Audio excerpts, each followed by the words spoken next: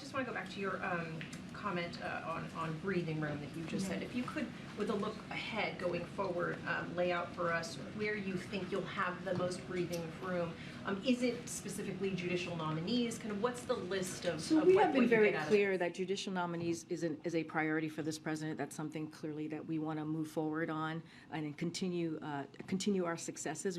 You've seen the success of judicial nominees as it relates to this president's first 2 years, making sure that we have put forth a historic amount of black women to judgeships, and so the president wants to continue to do that. Our nominations as well, moving forward on that. So that is something that we have said. Those are clearly priorities.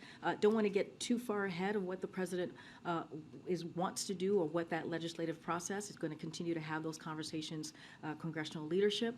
But again, look, we saw the results. All of you reported on the results of the midterms, and the Democrats, and not just Democrats, pardon me, but the American people were very, very clear on what they wanted to see. They want Congress and the president to continue to fight for women's rights and our freedoms. They want to protect our democracy. They don't want our Social Security or our Medicare to be put on the chopping blocks, and that's what Republicans officials were putting out there as their plan. And so we're going to continue to deliver for the American people. What you saw Senator Warnock do and what you saw Democrats do this past election is run on the president's agenda, run on an agenda that was successful. And so that's what this was a success for Democrats, but also for President Biden. Why not lay out that agenda now, given that the results are in? So if you could walk us through the thought process behind that, when we then might hear the president, are we going to hear some kind of speech on that? And then just quickly, what is sort of the thought process in terms of bipartisan agreement? The president, after the midterms, had said that working with a divided chamber would be make life for Democrats more difficult. Does he still believe that, and what areas where they're? Can you say that last part again? That the president had said that a divided chamber in the Congress would make the reality for Democrats in Washington working more difficult. It would be tougher to do your job, get things passed if you don't have a House.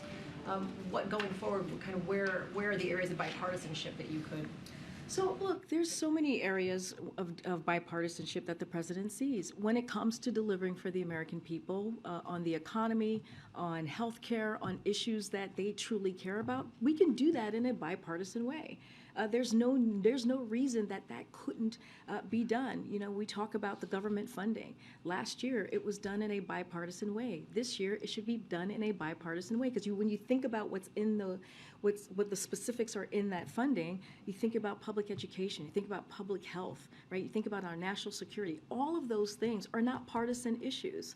But I will also say, when the president had his meeting with the Big Four, the Republican and Democratic leadership in Congress just last week, he was very clear. You saw the readout, and you heard me say this as well, which is, this past almost 2 years, there were more than 200 pieces of legislation that the president signed into law that were bipartisan.